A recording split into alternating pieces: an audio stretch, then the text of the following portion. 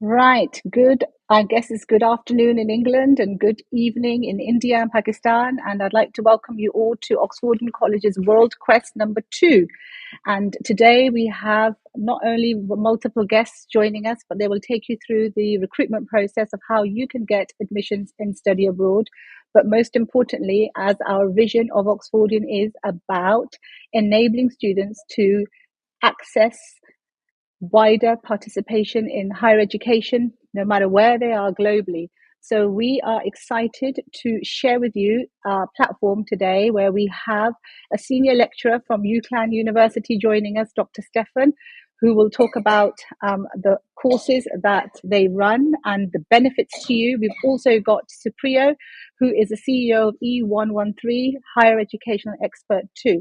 With myself, we've also got our International Director of Student Services and Malvin Buckland, who is going to share your pre-planning study journey abroad. So why Oxfordian? We are passionate about enabling students globally to access online learning as well as face-to-face. We understand transnational education and how powerful it can be. Just to give you a bit of context, I'm going to ask to play a video that will give us an understanding of the importance of global education. Noor, if you could kindly play the video. For a future that demands both knowledge and critical skills. Welcome to Oxfordian College UK, where tradition meets innovation in higher education. With a world-class faculty and state-of-the-art facilities, we prepare our students for a future that demands both knowledge and critical skills. Our diverse and supportive community welcomes students from around the globe, fostering growth, curiosity, and lifelong connections. At Oxfordian College, we're not just shaping careers, we're building futures. Your journey to excellence starts here. Join us and discover how far your potential can take you.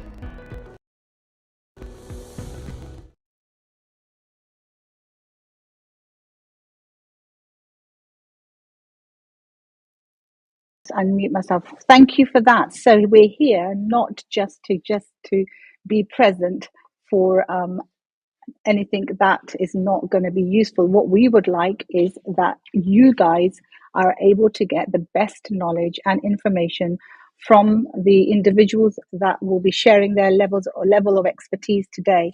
So at Oxfordian, we truly want you to access the qualifications that you are worthy of to enable yourselves to achieve the career goals that you are also aspiring to. So without further ado, I'm going to introduce to you Noura Lane Zafar. She is the Director of Student Services and Internationalism at Oxfordian College, who is going to take you guys through the next part of what we have in store for you. So over to you, Noura. Thank you so much, Shazia. And yes, like everybody else, we are also today going to really excited about holding the World Quest 2. So thank you so much, Shazia. Why are we doing the World Quest? That's the first and foremost thing. So let us take you quickly through a tiny little presentation, and then we can see that what do we have in store in terms of why Oxfordian College, what do we have on store, why do we do these particular sessions, essentially is to enable all of you to make better career choices. So wherever you are joining us from, live on our socials, on YouTube, on Facebook, on our LinkedIn pages, feel free to put in your comments. The chat is enabled. We'll be able to see you, answer your questions, and also see what we can do with you. So I'm just going to put Shazia in the background a little bit, Shazia. I hope that's all right. But she'll be here. We'll be answering, taking more questions as well. But let me tell you a little bit about why do we focus on doing the World Quest events? What is the reason behind it? And what is in it for you, wherever you're joining us from across the globe, why you should be looking at opportunities to study abroad? We all know that it's an experience in which you want to make an informed decision. Anytime that you are focusing on picking up the right qualifications, what you should be focusing on, what are the disciplines, what is something that will give you greater employment opportunities, how can you create a career path and chalk it out for yourself so that it makes the maximum sense. What we do is that we want to create also an awareness into the UK market and understand how the higher education dimensions work around, and just to understand the concept of awarding bodies, why they should be accredited, what awarding bodies should you be focusing on, and what is the importance and the value and the worth that these awarding bodies bring forth.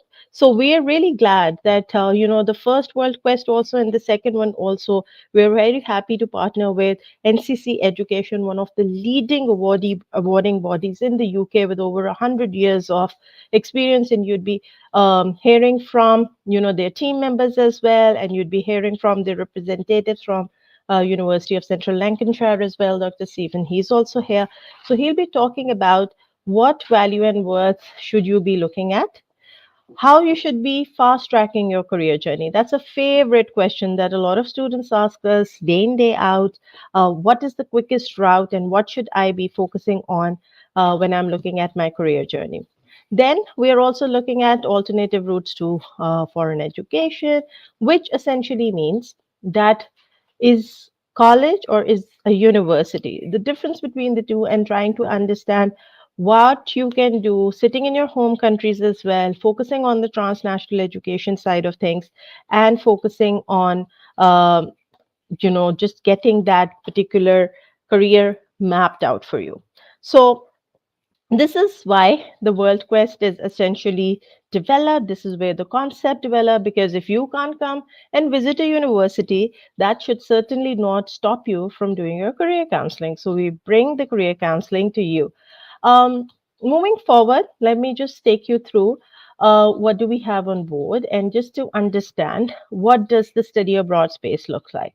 So know the difference. There is always a direct route writing to private colleges, speaking to partners who are well qualified, who provide you with all of the structures that you should be looking at. And going forward, I'll also be taking you through the different levels of education that we have, and so that we could look at the terminologies that you should be understanding and the pathways that you should be looking at, and which level should you choose to hop onto the qualification and then take maximum advantage out of this. So that is again a very important thing, because we here at Oxfordian College believe that we are somebody who base the process and the value of opportunity and inclusion for everyone. We want to make qualifications affordable. We want to make qualifications that you can study in the transnational education space, which means essentially you split up your qualification and say, I'll do, if it's a 3 year qualification, if it's a bachelor's degree that you're aiming for, you spend the first 2 years at home, and the third year, the top up year, you hop on and you see what you can do in UK or anywhere across the globe. So NCC Education essentially provides you that pathways, and I'll be showing you exactly how and what qualifications do we have under the portfolio as well in the next slide. So this is essentially what the frameworks, the different pathways look like. Sorry, let me just move myself to the side so you're able to see this a little better. We're starting from the bottom, so you could see right at the bottom under the 3, you'd see that you're starting here. So you're coming in with a level 2, level 1, or a 10th or a 12th fast qualification, depending on where you're joining us from the world, but anything which gives you the basic foundation in the local domain, that this is something that you should be focusing on. So after you are done with, let's say, your 10th qualification, you're going to start off with the level 3. Now, level 3 is the UK technical term that is being used, and that's essentially equivalent to either your 12, or you can choose to go on to the NCC foundation year, or you can do your A levels. Now, this particular qualification, if you fast track it, it could be 6 months, but we recommend that you do the full year program if it's in the foundation year. And if you're looking at a vocational Level 3, then that is going to be up to 6 months. But minimum fast track 6 months to forward a year. For the foundation year, that's a 1 year qualification. Then you'll move on to something called level 4 qualifications, which is the first year of university, which is equivalent to a year, which in another terms you'll also call it the higher national certificate. When we are looking at the level 4 qualification, it's equivalent exactly to your first year of university. So if you choose to do the level 4 of, let's say, NCC Business or NCC Computing level 4, these are the two options that we have. Then that's equivalent to your first year of uni. And then the same trajectory will follow through, which is the level 5, which is your second year of university. And then the level 6, which completes your bachelor's degree to a 3 year, and that is called the top up year. Level 7, the qualification is equivalent to a master's program. Now, this is extremely important for all of the students who are joining us or will be joining us in the future to understand what these different levels state. It's exactly the same. You have heard about higher national diplomas as well. This is what the pathway qualification entails. Now, what we are proposing is, and where we are inclusive, in the transnational education space, you'd be focusing on studying, let's say, the level 4 or the level 5 in your home country. And then for the level 6, we have the provision to get you into your university of choice. Now, the good thing about the awarding body NCC education is that you can actually get admission into tons and tons of universities, some of them with guaranteed pathways if you have good grades and you get your merits and your distinctions. And Dr. Stephen will be talking more about that later as well. So you would be getting more as part of these bachelor's qualification and the top-up programs. Moving forward, absolutely. Why do we keep saying TNE? Now, the greatest debate and the greatest myth busting that you would have all heard is, and I'll play a video also pretty soon that will enable you to understand where I'm coming from. There is a lot of cost involved. All of you know that, right? There is a lot of cost involved when you are looking at programs, when you're looking at coming to a country and studying there. There is housing that is involved. Then there are your food expenses as well, your living expenses as well. That is generally on top of the tuition fee that you have to pay.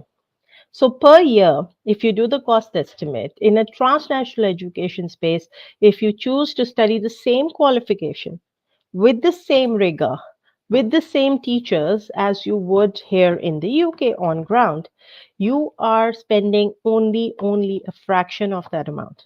And your certification and your qualification, nowhere on it would it say that you have done this qualification either at home or you have done it in person online. Okay, so this essentially is the difference. So there's a huge um, I would say that there's a huge monetary saving when you are looking at this. And trust me, the savings actually come to handy once you're looking at, getting this qualification and once you're looking at, settling yourself somewhere in any country of choice. Learning methodology, like I said, it's not mentioned, but the rigor is there, the experience is there. You are exposed to the same virtual learning environments, the same systems and processes, the learning management systems, and the resources are exactly the same. So, this is the biggest myth busting where you should be going on. Now, a point to note here is that picking up of a college that is actually accredited, and you should be looking at the seal that the awarding body is giving, and you can go ahead, check up with the awarding body and see and try to understand and ascertain that what is it, the legitimacy of the college also that's offering you the admission. So feel free to do your research also on this and feel free to choose the programs as well. One thing that's worth mentioning here is, and I know for a fact that Dr. Stephen, when he comes on board, he'll tell you about, the different programs at University of Central Lancashire and how students are aspiring to study at the university, specifically for the top-up programs as well. Um, why are those programs actually putting in a lot of strengthening the portfolios is because they are the ones that are high in demand in terms of the job prospects. So, for instance, if you choose to do, let's say, a level 5 in computing with a cybersecurity discipline, right? If you want to major in the cybersecurity field, then that particular degree, that curriculum, that qualification comes with local accreditations as well. So that essentially is a qualification that's high in demand, and you improve then your chances of landing a job and starting off a career. So that's also something that as TNE students, as people who are joining in, largely we have the South Asian market as the target audience here. And you should be really, really wary of this particular pathway, this program, because it ends up saving your money for the final top up here. And then you can actually go in and have that, particular degree from a university of your choice. So Oxfordian facilitates those learnings for you because we put you through to the right awarding body.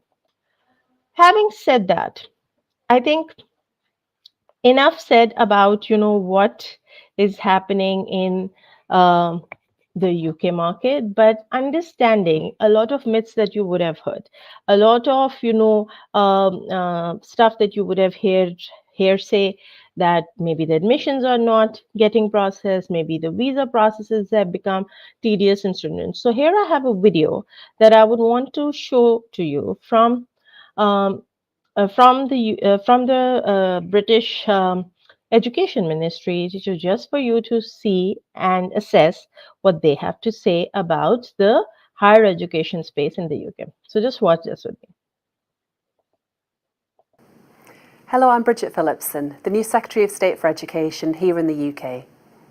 I spent my first month in the job resetting relationships across the length and breadth of education, including with international students. That's because my passion is for a Britain that looks outwards in optimism, a Britain that builds bridges of friendship with other nations, a Britain that values the contribution of international students. I have a message for you. If you meet the criteria for entry to a UK university and for entering the UK on a student visa, then the British government and the British people will welcome you. If you're joining us this year, then we can't wait to see you in our university towns and cities soon. I have such admiration for you. You take a leap of faith to develop new skills and chase new horizons, and I am enormously proud that you want to take that leap here in the UK. We will do everything we can to help you succeed. That's why we offer those of you who successfully complete an eligible course the opportunity to remain in the UK on a graduate visa for 2 years after your studies end, or 3 for PhDs, to work, to live and to contribute. And the UK is a fantastic place to come and study. What better place to study science than the land of Charles Darwin, of Ada Lovelace and Alan Turing? What better place to study English than the land of William Shakespeare, the Bronte sisters and Zadie Smith? And what better place to study music than the land of John Lennon, Stormzy and Adele? I want students to come from around the world and build bonds with their classmates here in the UK, because friendships between students become friendships between countries. That's what education is all about. Not just a force for good in people's lives, but a force for good in our world. So come and join us and see for yourself.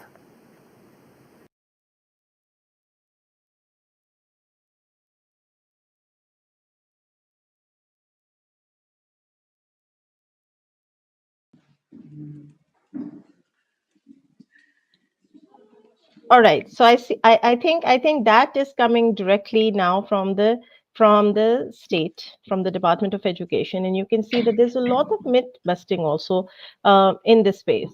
Admissions are there; they're welcoming. All that you hear otherwise is hearsay. It's just that your application has to be strong. You have to prove your mettle. You have to prove that yes, you are coming in here, bringing in that rigor, and whichever pathway program that you're studying with, you can prove and show in your application that yes, this is something that you were aspiring to do, and you've found the right place. What do you think, Shazia? Are we correct in assuming? Yeah, absolutely. And at the same time, we have put in a lot of quality assurance measures.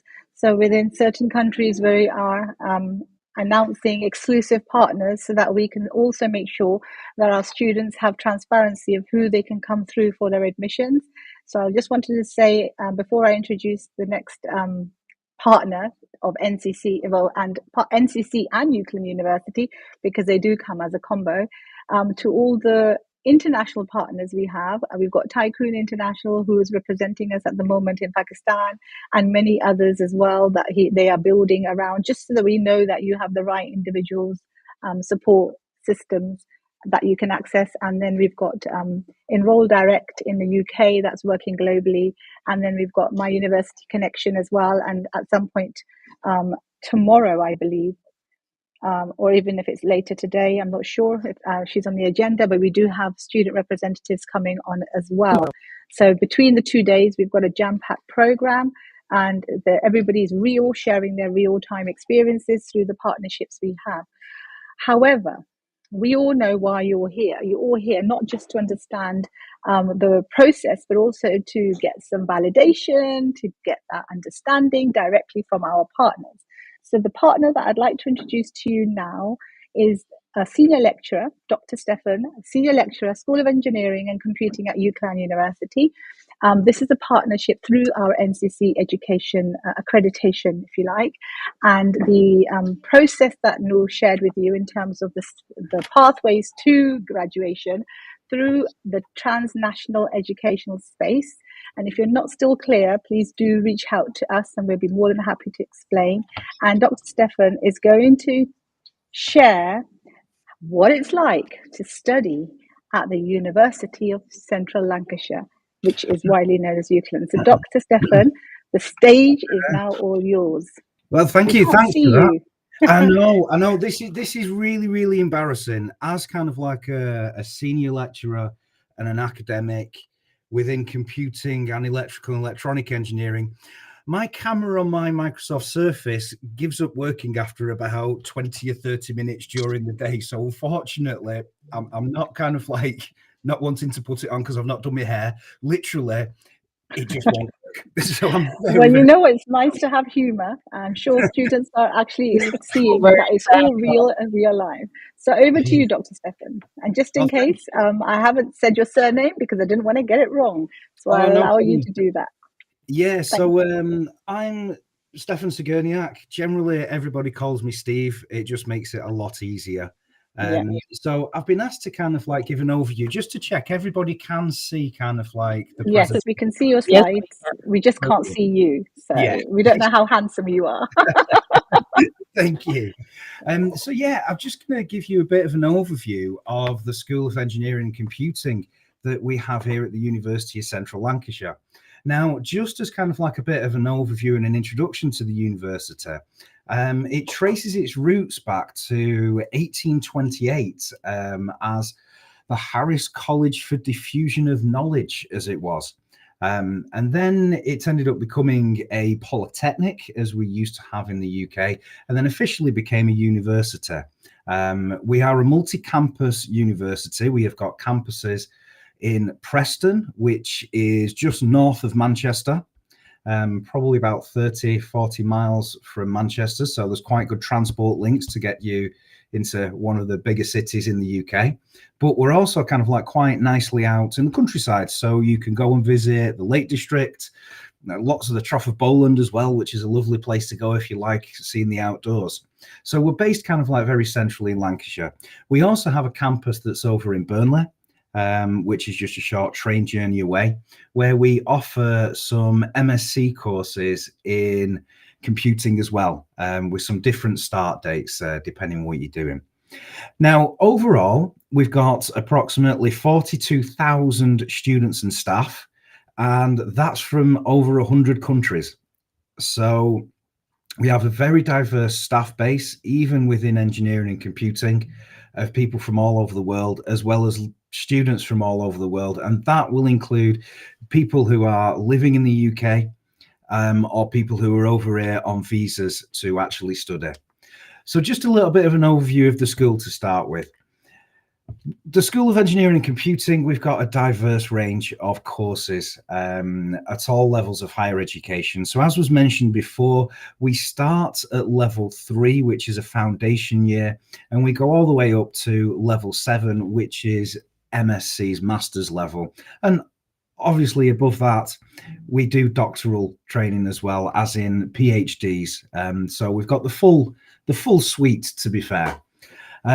All of our courses, I will say all of them because I know this within computing and electrical electronics engineering, which is my area, are all accredited. And that was mentioned before about accreditation. Now, accreditation, we are accredited by the British Computing Society and the Institute of Engineering and Technology for our various courses.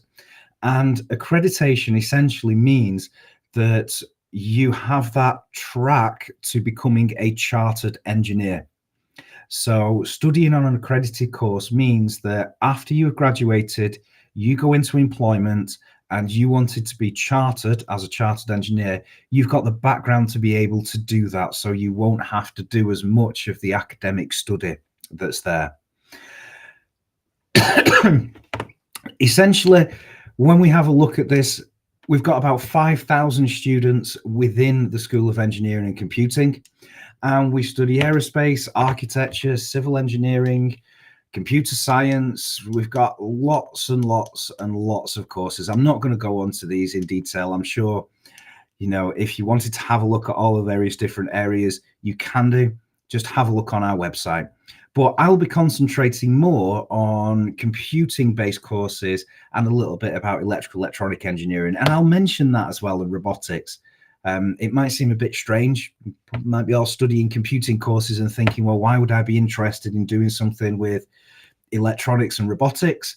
Well, to be perfectly honest, as we're looking at careers, electronics has moved away from people with circuit board soldering that you might be more used to thinking of, to a lot of programming based things.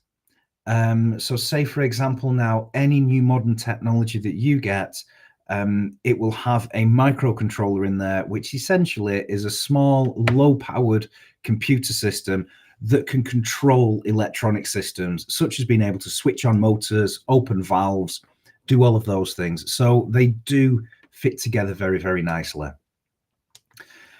So the facilities that we've got and what it's like to study, we've got an engineering innovation center which opened in about 2019, I think, which is a dedicated engineering building. It allows us to link up with industry, so we can have industry-led projects that are going to be there.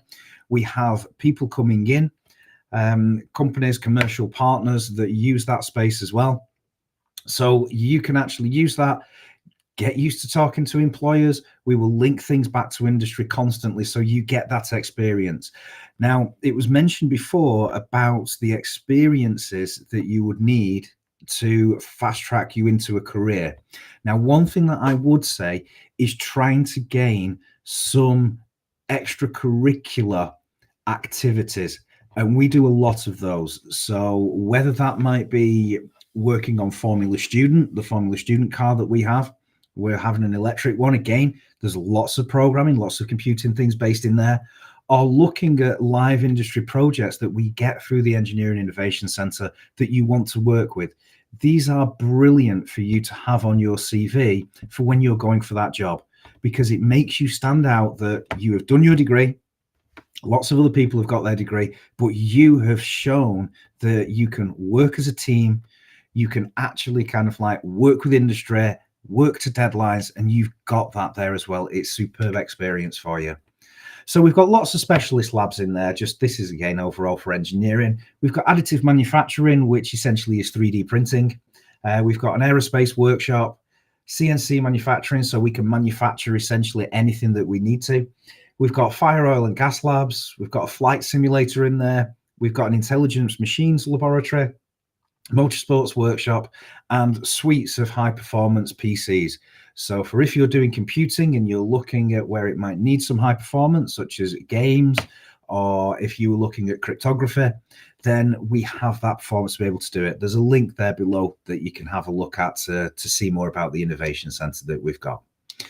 So if you come and study with us, essentially learning takes place in various different environments. We've got normal lectures, which would be your standard ones, where you would have a lecturer that would be stood up in front of you as a group, where you would be having some information presented to you. There would be questions that are going along. We also have laboratories as well. So where we actually sit you in one of the labs, one of the computer rooms, you will have a worksheet to go over. You will be answering questions on that. You will be solving problems in there. And one thing to remember, as you probably know in your education, one of the greatest ways to actually learn is not to be able to just do it straight away, but actually to not be able to do it and make those mistakes and come back and improve it and get it working. I've never learned anything new that's been worthwhile without it being a challenge. Okay. And that's one thing that I would kind of like say. We also have seminars as well, where this is smaller group work, where elements would be discussed so that we will be able to kind of like go into things in more detail. We will be able to get various different understandings from the lecturer for different approaches to solving something, as well as having that peer-to-peer support as well that's around there. So you can learn from the other people that are around you on your course.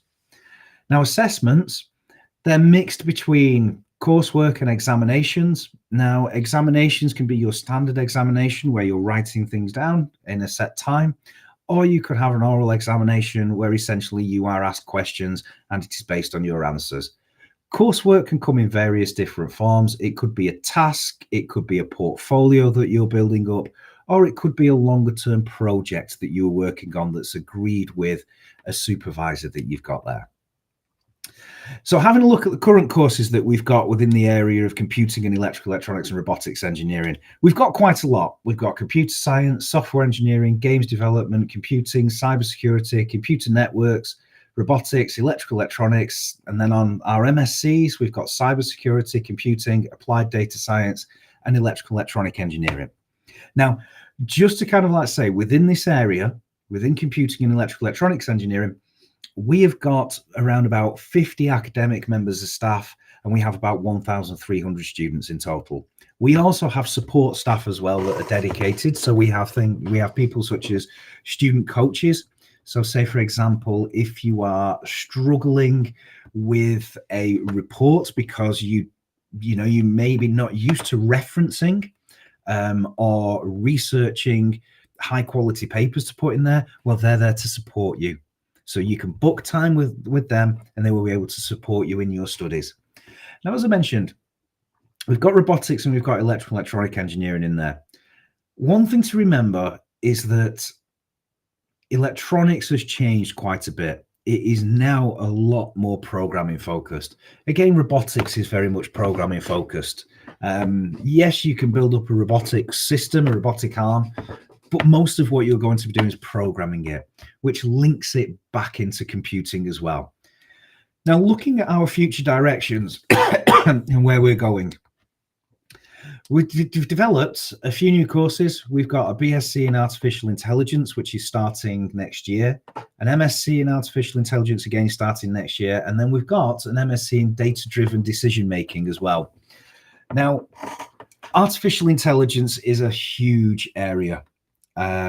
Artificial intelligence, machine learning, data science, data analytics, it's a huge area and it's been applied to lots and lots of fields. And what we want to do is make sure that our students that come and study with us understand the tools that you can apply to solve a problem, how those are developed, and also how they can be used ethically and safely. We also want to make sure that any results and decisions that any AI or machine learning system that you employ to do something also makes the right decision. Okay, and that's where we've got our data-driven decision making.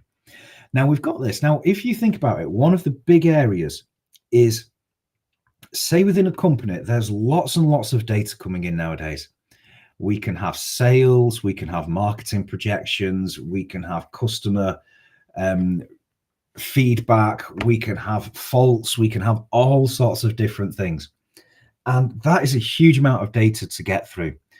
And when we need to make a decision about something, it can be very, very difficult because we've got far too much data for us to be able to look at to make a decision.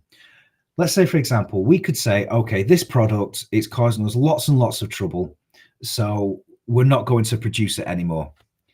But then if we have a look at the stats, well, we might actually find out that we're making lots of profit on it. And really the reality of it is to fix it, to make it into a great product that doesn't have lots of returns and lots of breakdowns. Because we've got our AI system looking at the data, it can point to one thing and say, well, it could be this element of the manufacturing process that's causing that. We can then go in, improve it, and then improve our system. So we want to be able to look at this data-driven decision making. And the more data that's produced, which is exponentially increasing, essentially, the more that we're going to get. So let's say all of the above, they utilize new and exciting elements of AI and its implementation into modern society. We also look at the ethics that's there as well. So where it's correct to use AI and where it's not. You know, we also look at kind of like ethical, legal impacts as well. Okay, we can look at AI, it can do lots of great things, but if we're using AI to try and hack a system, that is not correct. Okay, that is completely wrong. So we look at the ethical considerations of it as well. And also IP as well, intellectual property. So if you're using these tools, who actually owns the overall algorithm at the end? So we see all of that in modern society. Current research within the area. Well, we've got AI for deepfake analysis. We've all seen these deepfakes that are going about where essentially you might have a video or a voice recording of someone. It's ran through some AI, and then essentially it can be manipulated to have somebody saying essentially whatever it is that the person who's created it wants them to do. So one of the big things to look for in that, and one of the research areas that we're looking at in the university, is how we can apply AI systems to look at these voice recordings and these videos and be able to see that they are indeed a deep fake rather than being real. Now, it might seem quite easy. You know, you look at videos and you say, oh, that's, you know, it's obvious that someone's put some lips onto this celebrity and got them to say something. Okay. But some of the better deep fakes are very, very difficult, and especially when it comes to audio. So we've got a good research area that's looking at AI for deepfake analysis. Big data analytics and visualization. As I mentioned, we are getting data from absolutely everywhere now, and how we can actually get this data, and rather than it becoming essentially a big mush, so to speak, you know, let's say, for example, if you've got some paints and you mix them together, eventually you won't see the individual colors. You will just see a sort of brownish, sort of horrible color that's all mixed together. And what we need to do with all of this data, all of these paints that are put together, is essentially try and pick out the individual colors that then will allow us to be able to understand what's happening and give us some direction as into what is the dominant color in all of this brown that we're saying if we're mixing paints together. And then how we can visualize all of this data back to a human for them to understand. Okay, now that's quite a big thing to be able to do. So we look at research into that. We've also got research into co-robotics. Now, co-robotics is humans and robots working together. So say if you've got a robotic arm and you've got a human that's moving something to and from this robotic arm, that the robotic arm's programmed to do its function, but how it will actually recognize a person's there, be able to stop, be able to adapt, how it's putting something together or adapt its programming around where that person is to make sure everything's safe. The other big element that we've got is HCI, human computer interaction. So how people interact with computers and how we can make things a lot better. Now, I'm of the age where a mouse was essentially a very new thing. Okay, I am sort of that old. So for me, using a mouse is absolutely fine. I see my kids now where they're using multi-touch screens, and it amazes me the dexterity that they have got. I spend absolutely ages typing something when I'm sending messages on my mobile phone. My kids, unbelievably fast. We need to look at this new technology and change how we actually interact with computers based on the next generation of people that are coming through and what they have grown up with. So again, that is a big area of how we can do human computer interaction and how we can make that more efficient. So I'll just have a quick chat about some recent graduates and just tell you what they've actually done, just so you've got some ideas. So say, for example, we've had people working at CPP as graphics programmers, working at Full Stack and Network Rail as software engineers. Again, lots of software engineers at BBC, British Broadcasting Corporation, development of work and pensions, Hello, Flinkit, real time, lots of front-end developments, user experience design, sound engineers. There's a company that we work with that are based in Burnley that are called AMS Neve. They are a company that, unless you are really into audio and audio processing, such as mixing, if anybody does any home recordings, you've probably never heard of them. But I can guarantee that probably the last 2 or 3 movies that you watched, all of the sound was processed using their stuff.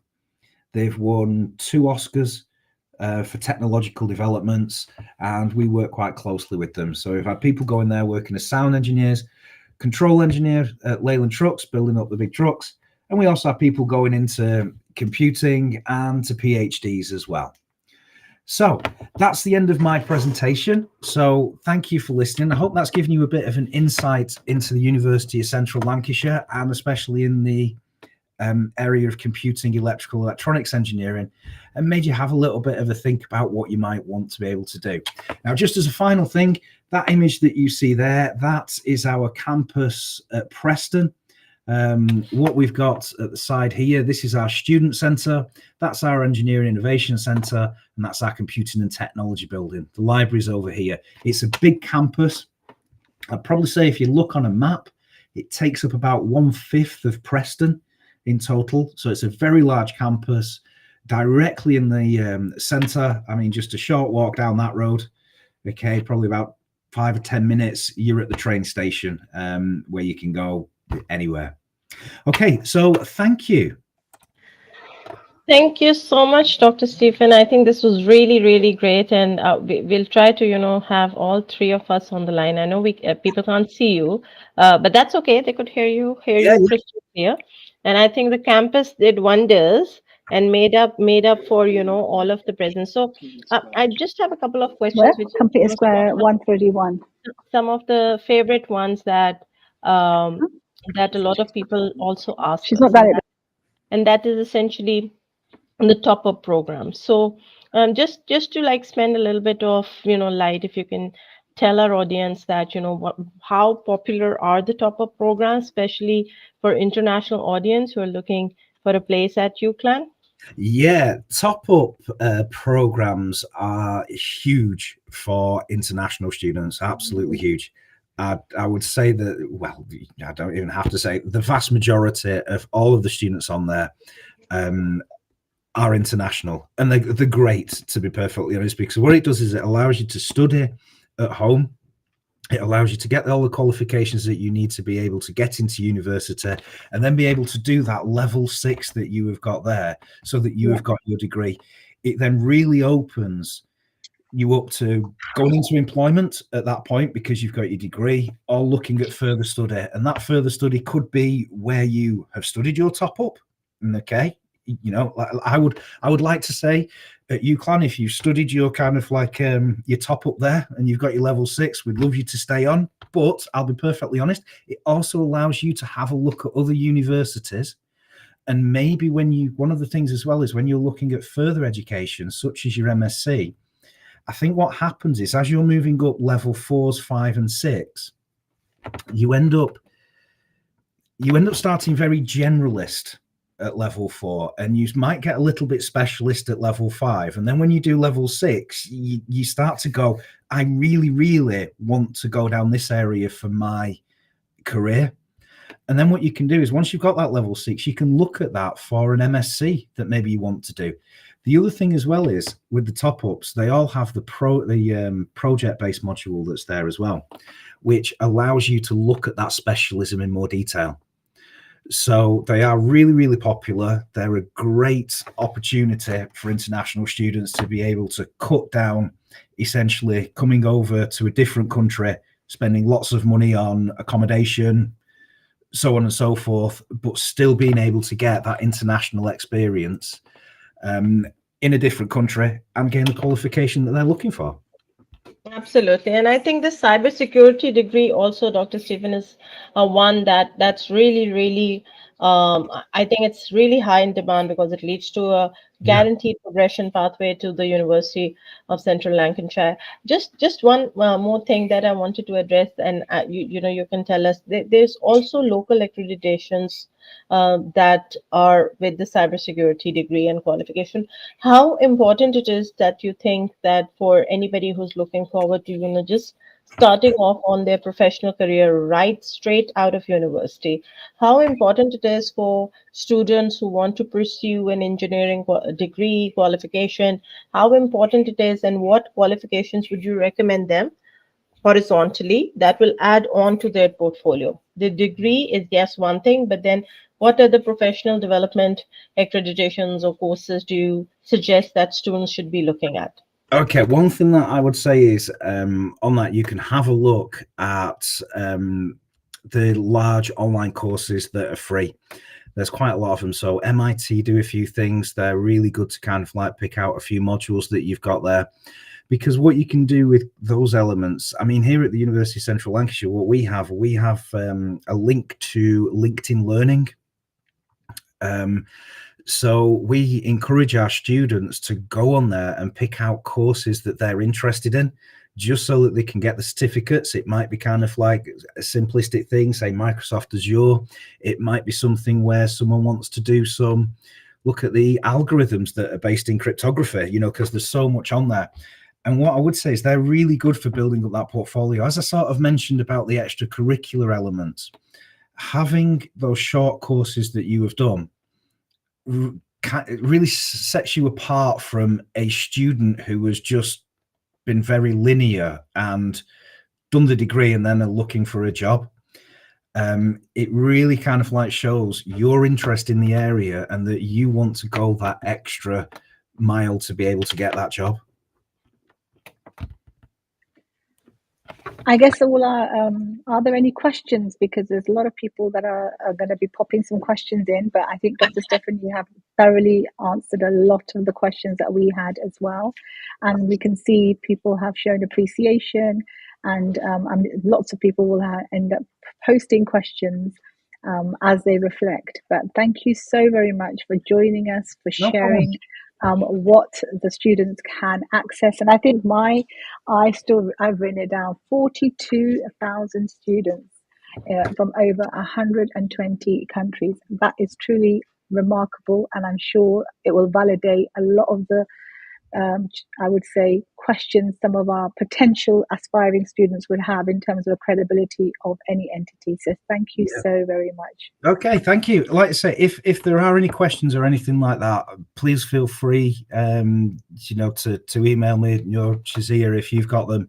I think it's Rebecca, isn't it, from NCC? If you want to go via that, that's not a problem. I can answer those. And also, if you wanted the slides, I don't mind sharing them as well. Yeah, that would be absolutely fantastic. And once again, on behalf of Oxfordian, I'd like to thank you for joining us and for sharing your knowledge, experience, expertise with all our potential aspiring students that are watching us today. Thank you. No problem. Thanks for Thank you, hosting. Dr. Stephen. Thank you. And I think also on behalf of NCC Education, because they were the ones who facilitated the conversation. Absolutely. So if you want to look up. Was it Helen? Is it Helen? Did we say thank you to Helen Maxwell? I hope And the she's team also, and in the Rebecca team with me. with the partnerships team. I know she popped in also and did the discussion. Shazia, just thinking out loud before we move on to the next speaker. I was trying to understand also the continuous professional development that Dr. Stephen was also talking about. And I think let us spend like a couple of minutes, and I'd like you to, spend a little bit time addressing that at any level, even if you are a 16-year-old and you're starting off on a graduate level, how important is the CPD element, and what do you reckon? And you know how Dr. Stephen also mentioned that, go on and do free courses. Just don't Yeah, spend a lot of energy on, finding and resources, finding like, paid courses. So how important do you think it is, and what are some of the resources that perhaps we, under the Oxfordian College umbrella, can signpost to our potential students? yeah, I think CPD is underrated, and I think sometimes it's overcomplicated because we see that CPD has to be perhaps a paid course or a paid resource. However, CPD is your continued professional development, which can happen at any stage. As long as you know what you want to do or what your career path is, so you've had that counselling, you're clear of where you want to go, and you inject your CPD in to help you propel. So it can be accessing knowledge through YouTube, through different online entities. It's reading, it's sharing of good practice in different organizations. And we at Oxfordian offer the Oxfordian Outlook, where we invite, I would say, experts or individuals of knowledge who come and share their expertise on the online platform. But pretty much CPD is anything. And I think what happens a lot of the time is we're actually learning a lot, but we're not recording what we're learning. So sometimes when you go into interviews or job roles, our CPD log does not exist. That does not mean we haven't accessed it. So I would suggest that, we have a free counseling opportunity to clock in and talk about what anybody's career path is, because that's also part of CPD, understanding what you want to do, where you want to study. But at the same time, share good practice. In terms of resource, I would say we've got in our online entity, when students enroll, we access them to online libraries. We will give them access to resources and share. Ultimately, individuals have to filter through. And we could carry on CPD, and I'm sure we can integrate it into the next part of the conversation, where we have with us Supriyo Chowdhury, who is the CEO of, and this is the funky name, E1133.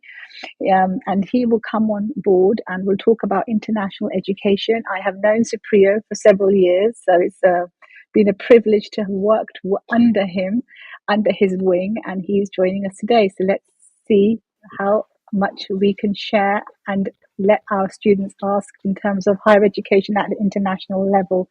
Supriyo, you are there, but we can't see you. Yeah, I thanks, think we've got. Shazia.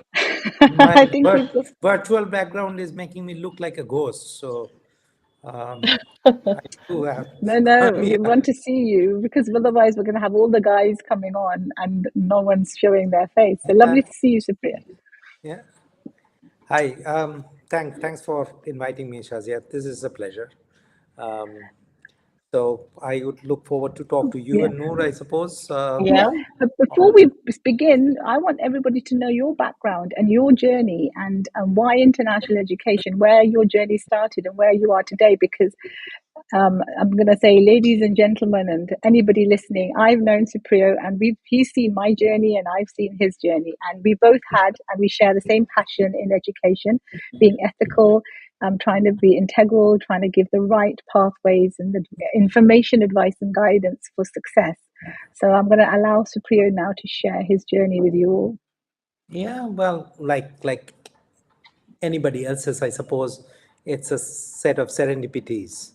So I tried and failed. I kind of got a degree, went to work in stock market just in the time of a stock market crash in 1990s, and then kind of picked up computer skills and and started working as a computer technician, and then kind of ran a department, um, technical department really, and then kind of came to education because we were struggling to find staff for our kind of department.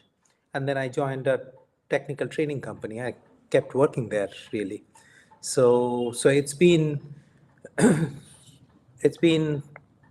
finance, then technology, then education. But I always worked, and also E1133, it's in that interface between education and work. So that's what we focus on. And that obviously I did it in Asia first, but then about 25 years back, I realized it's a global problem, and kind of that took me to England, and I've been doing it since. And frankly, I've kind of worked in different geographies. So I have worked quite a bit in America. Now I work more in Canada than in UK, to be absolutely honest. I have done Australia, as Shazia knows. That's where our paths crossed. So yeah, so I've done these and our biggest geographies right now are in China and some of the South Asian countries.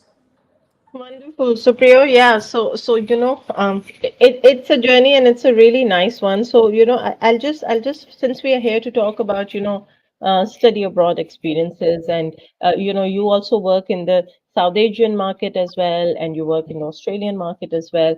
I'll pose the question, then we'll try to keep it like a, fun conversation that you and I are having. So, in terms of, learning the cross-cultural skills, how important it is for anybody who is aspiring from a South Asian country to come and pursue a career abroad? What are some of the cross-cultural integrations that you think any 16, 17, 18-year-old should be considering? Yeah, I would think that's the most important thing in the whole mix of things, right? So I take this has been some years. I always quote this Neo-Confucian scholar Yeah, Gu Yanu, who said, "To be wise, you need to read 10,000 books and walk 10,000 miles." And I'm like, guys, don't kind of forget that 10,000 miles thing, because that's the most important thing. yeah, In 2012, I was working for the Americans that point of time, and there was this consultancy called Parthenon. Now Parthenon is part of EY, so it's EY Parthenon. But that study of Parthenon, they kind of went around many countries and asked employers that if someone studied abroad, would you prefer them as employees? hmm, And well, there were literally two questions. Would you pay them more? yeah, And would you prefer them as employees? And everybody preferred people who studied abroad. If you study abroad, immediately your CV floats upwards. yeah, And the reason they showed is not the content of what they studied, but the fact that they studied abroad and they have had these other different experiences, yeah, right? um, and all that. I can relate to that. I can relate because what happens in study when you are in home country, you are living life with a lot of assumptions which you don't see, which hmm, you don't know.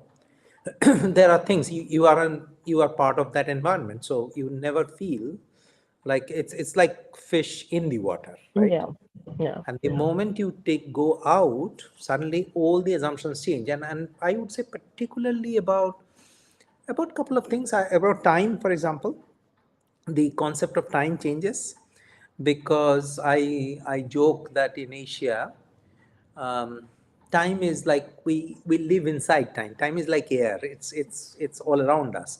You yeah, can't really sort of waste air, so you don't waste time. You are kind of and things happen when they're supposed to happen, yeah, right? Whereas once you go and you are kind of, I'm assuming you go to some of these North Hemisphere countries, yeah, uh, there time is more chronological and time is a finite thing, and you can save time or waste time. So I have seen students kind of coming to kind of grasp, in the sense, it is far more time sensitive culture hmm, hmm, than some of the other South Asian cultures, right? And yeah, and, and yeah, there are multiple historical reasons for that.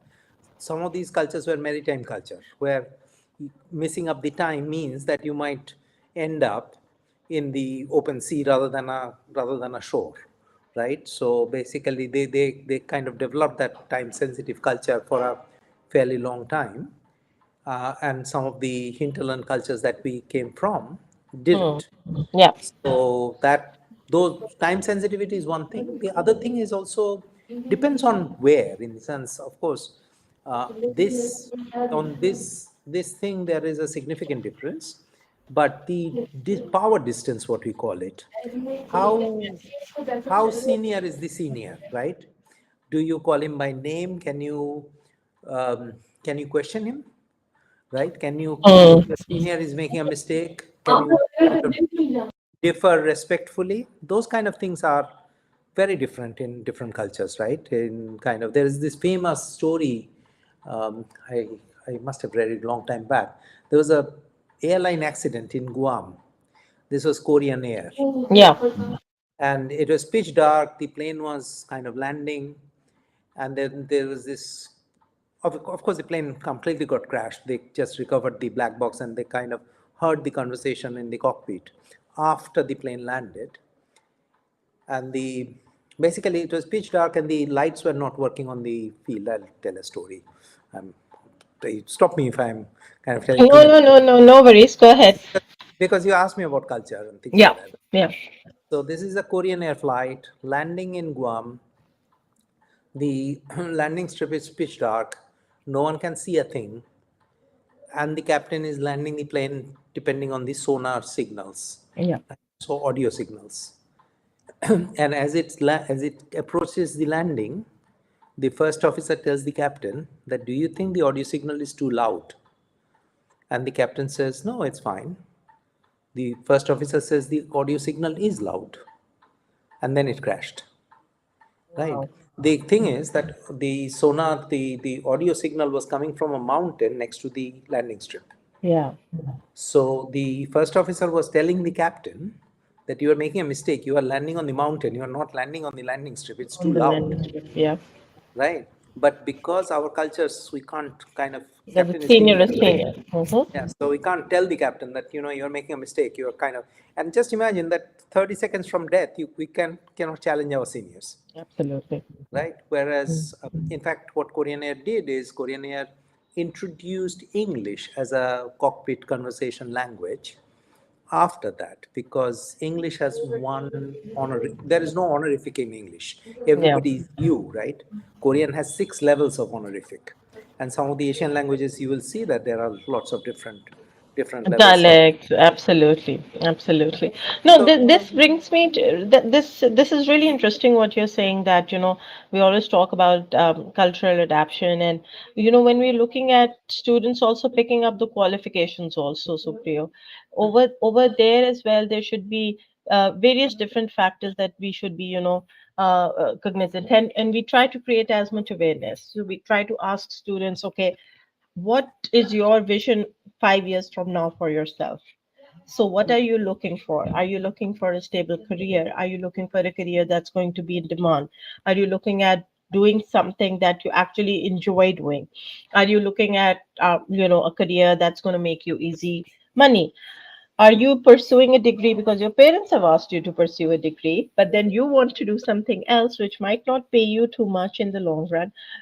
So for a 16-year-old, again, I'm focusing on 16 because that is the GCSEs, that is the grade 10th, which we say that is the decider for any student who would then pick up a relevant field. So in this day and age, is there a magic formula that you see? Because I know you work with a lot of young adults within this age group and some elder to this age group as well. So is there like a secret sauce, a magic formula that students should be at least focusing on? Is it the employability? Is it the passion? Is it something that makes the most sense in terms of monetary rewards? What is it that students should be looking at? yeah, that's an interesting question. See, I'm old, So I'm not 16-year-old. I know when I was But 16. we've seen the circle, right? We've been there ourselves also. Yeah, no, but the point I wanted to make is when I was 16, passion was most important. Yeah. But I have realized that as you go through life, you can develop different passions, Hmm. right? It's not that kind of how I thought when I was 20 Yeah. is how I think today. So it's kind of, it changes. But if I go back in time and kind of stand where I was on 20-year-old, and then I said, this is the thing I would do and nothing else, right? And I keep telling my students a story that if you actually met me when I was coming out of college and asked me those questions, things like, what would you work on? Where would you live? Right? Hmm. Who would you marry? All those questions, I knew definite answers when I was that point of time, which none of which were correct, right? And I had absolute certainty that I knew it, and it didn't work out Hmm. Hmm. because things changed. I was coming out of college when internet was being invented, Yeah. right? So that was the time, and we are today 16-year-olds face exactly the same kind of time. If internet was invented when I was coming out of college, now today AI and the agentic capabilities of AI are creating exactly the same thing. So I think today it's that informed flexibility is the most kind of important thing, and openness and all those kinds of things. And I actually keep telling people that don't plan your career, design your career. And the difference is that you try different things, try a bit of everything, give, don't kind of project based, the projects that come in the curriculum in most countries have some kind of work integrated learning. Yeah. Now, normally they are the most neglected part. Even sometimes in the UK, they're the most neglected parts of learning, right? So they're student driven. Students go out, do something, and it's kind of it's not always done the with the rigor that the classroom studies are done. Let's say, Hmm. right? And I keep saying that that's your opportunity, really, that those projects are your little career design projects where you can try out different things. um, and over a period of time, I of course work in co-op education, so basically kind of saying that go every alternate semester, go and work for someone, that kind of thing. But all I'm saying is today that informed flexibility, right? So that kind of that ability to have, um, so something, if I go back and I become another 20-year-old again, I Hmm. would want to have the confidence, Yeah. but I would want to lose my certainty, right? Hmm. So that kind of thing. You should be confident about yourself and what you can do and your integrity and your ability to do hard work. You should always remember that nothing is kind of difficult enough, in the sense we are infinitely capable if we try. Yeah, But absolutely. yeah, so A- that. and Supriya, I hear what you're saying. I've picked up, the designing your career bit, because that's really important. And I think just before you hopped on, Dr. Stephen was talking about, everything that's happening in the engineering world, but then looking at it from the lens of AI and data science, and just looking at how we can enable our students to have different skill sets also clubbed together with their main qualification. Yeah. So essentially, when we're looking at skill set, what would you suggest that anybody, what are some of the key skill sets that any students, be it from a business side of things or an engineering side of things, or let's say art and design, if somebody is pursuing that as a qualification, the generic skill sets, I believe, remain the same. So what are some of the skill sets that you feel that the next 5-10 years they're going to be highly in demand? Yeah, it's a really, look, it's a great question, but there is these kind of nuances, right? So for example, I can say AI would be in demand, but AI is a nebulous term, right? AI has like thousands of things within AI. Now, that will change though. Generative AI may not be the big thing in not even 5 years. I think generative AI may not be the biggest thing in AI in about 6 months, right? There could be other things, agentic AI or AI agents, which can. So basically, so I would rather say five things, right? So I keep saying this is my work anyway in different countries. So I say you need growth mindset. Growth mindset is this idea that with effort you can achieve anything, right? And intelligence is not a fixed commodity. You will not run away if you face a problem that is more complicated or something you don't know, right? So that's one, growth mindset. I also think that people will need influence. Influence is when you have the ability to work in a team, create a shared purpose, listen to everyone, and also have a voice, right? So I think people will need that because most of our problems will be solved in groups or teams or Mm-hmm. communities, right? So that's the second thing. So growth mindset, influence, and Yeah. then three kinds of intelligences. One is career intelligence. So Mm. basically, as I said, career design. So you will not go through your career, your work, eyes closed. You Yeah. would be always conscious. You will always. There is this beautiful method called working out loud, which I teach my students. That how do you make your work visible? Right? A lot of us work, but that's not visible. And frankly, some people want to make it visible, but that becomes really bad, really kind of self promotion. Now, how do you make your work visible without self promoting yourself? And that had an impact on me. I started writing a blog. I'm quite passionate about certain subjects. I started writing a blog. I wrote it for myself and for a few friends. I did not know, kind of without knowing, that there are lots of followers on that blog. And frankly, all my jobs since then, I got through my blog. That finish. Yeah.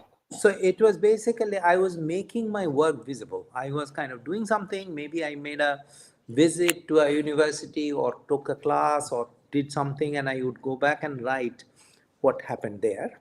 And Mm. people were reading it, and those people were coming back. So that's working out loud, right? Yeah. You Yeah. don't have to say I'm the greatest something in the world, right? But you can make it. So basically, that's career intelligence. And also, Mm. Shazia was mentioning about CPD. So what Yeah. CPD, right? Yeah. So kind of continuously saying that my career is changing, this field is changing. So how do I Mm. kind of keep in track? So that's so growth mindset, influence, then career intelligence. Yeah. Then you will need cultural intelligence, as you mentioned, Yeah. right? Because our world, our communities are global. We cannot just say, this is what I believe. I have to be able to understand my assumptions and other people's assumptions. And Mm-hmm. finally, digital intelligence. Now, my standard joke is that you should be the master of Facebook, not its slave, right? It should not kind of, you Yeah. should use, of course, you shouldn't run away from AI.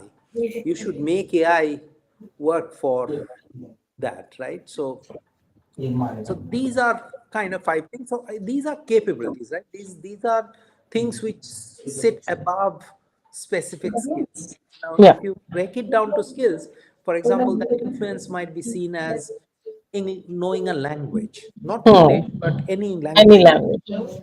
right? So that and it could be writing well. So I was joking with we work with a really large company, and they gave us a list of skills, uh, Mm-hmm. what they hire on, and I was saying, okay, so where is literacy and numeracy? Because if you actually look at all the employability data, the biggest correlation between employability and skills is literacy and numeracy, Yeah. right? So can you count and can you write? Those are things which define your employability more clearly than everything else. Of course, those Yeah. are foundational skills. Yeah. So anyway, so that's my long answer to your short questions. No, no, but this is really interesting because a lot of the stakeholder group that we are talking about. So the ones who are right now deciding about what career path they want to take, a lot of them will come to us and say, all right, digital intelligence, I have a lot of intelligence. I have an account on TikTok. I know how to run my Instagram page. What we are trying to assess and just focus on is that how can you use a particular tool for the benefit of an employer. Now the employer is always going to find out what's in it for me, right? So my next question is, Supriya, because I know you've worked in the UK market also, and then internationally also. One of the favorite questions is that any kid who is even coming in for a degree, they will always go on and ask that how do I find work, where do I find work? And my usual answer to such questions is that, do you have a network? And they say, what does that mean? And I don't know any people, and I'm really new to this. How again, my question to you is also the same. So the two ends of it. How and where do such students find work opportunities or volunteer opportunities that, at least somebody can come back to them and they put their name as a referee also? And then secondly, in terms of for a student to develop a network, what are some of the steps that he or she can take and just figure out where to find that network for themselves? Yeah, look, the first thing about jobs is that there are jobs. The thing is that our presumptions about what job I should do and I shouldn't do, right? I have seen students who will come and say that, look, I'm starting, I know no one in this country. Yeah. That's one part of the statement. But how can I work in a convenience store? Hmm. Now, I'm like, okay, so you have answered yourself. So Hmm. your first question, because you don't know anyone in the country, you start in a convenience store, right? But that's not your last job, and don't regret that you are working in a convenience store, Yeah. because also remember, particularly South Asia, we have these stratified cultures that we kind of think some jobs are lesser than other Mm-hmm. jobs, Mm-hmm. right? Anything to do with hand is not respected, right? Now, I keep telling two people I mentioned. One of them is me, and the other one is a really well-known Nobel laureate, right? So my story is, when I went to England, first month I worked in a cash and carry store Yeah. because I didn't know anyone. Then I knew, and then I did something else. Yeah. So, but also Geoff Hinton, who's a Nobel laureate, who got a Yeah. Nobel Prize in Physics this year, he worked as a carpenter for a fairly long time, right? So no job is small as long as you can make it work for you, right? Hmm. And kind of. Hmm. So that's my answer. That if you assume that there is no network, take the job that is in front of you, but don't die in it. In the sense, you kind of keep looking, Yeah. right? So that's what it is. And I know people have different circumstances. There are some areas in England now, and that's something which people should do, because before they choose an area, they're choosing an university, but they're also choosing a town or an area. They should Yeah. look at what jobs. You cannot go to a tourist town and expect an IT job, for example, right? So if you want an IT job, then you should go close to where IT jobs are, right? Yeah, absolutely. So And also about the network, Supriyo. So like let's talk about UK, for example, that there's so many support groups, there's so many, if you're somebody who's an aspiring entrepreneur and you're toying with an idea, nobody is stopping you in terms of, even if you're a student, to, just play around with your idea, whatever entrepreneurial idea you have, and just like, just reaching out to the support groups. There are chamber of commerces, there are with different councils, you have a lot of events and networking opportunities that come up. First few ones might be a little bit awkward, but then, once you find your people and once start developing that network, I think it eats out. Yeah, do you agree? I agree in the sense that I would say that people shouldn't be over eager to network, because it feels empty, right? You Yeah. come from your home, you're surrounded by your friends and all that, and you suddenly come to a new country, and then you think that, oh, I need to find these people. Now, Yeah. I agree with you. There are lots of opportunities to network, right? Libraries are there, community groups are there. You can go Yeah. to kind of meetups and things like that. And this is the best time to network because you have internet, because you can find different things.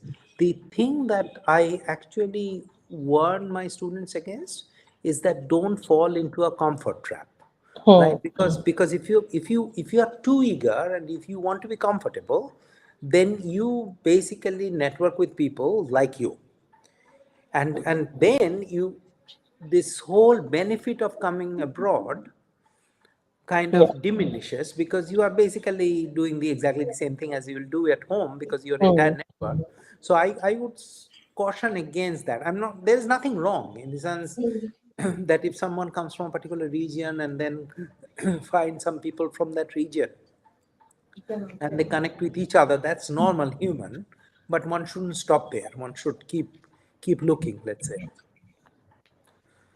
Yeah, yeah. I like what you've said that, don't get caught in the comfort trap. So, that's also, I think, really, really important. And, I'm just cognizant of time as well, but I'd quickly like to know that, the kind of work that you're doing with E1133. So anybody who wants to, is pursuing a university degree. So what kind of courses are under the E1133 umbrella? And then, do you suggest, do you recommend that that's something that can be done parallel alongside a university degree as well? Yeah, that's what we do. We kind of basically we say that the job is changing and the principles that I talked about, you need to have those kind of things. So we our services E1133 is a error code in Python. That's how the Yeah, name came. yeah. And the error code says that it's basically don't repeat and expect a different result, Mhm. right? So that's what we say, that same thing over and over again will not get you somewhere. So we Yeah. we we work with university students as they are in the university, and then they kind of also this work-based learning, that space, because as I mentioned, work-based learning is not well done, not just at the university side, also at the employer side there are a lot of problems, because employers often kind of, we work with a very large employer managing their internship program, and they Yeah. would always say that internship doesn't work for them.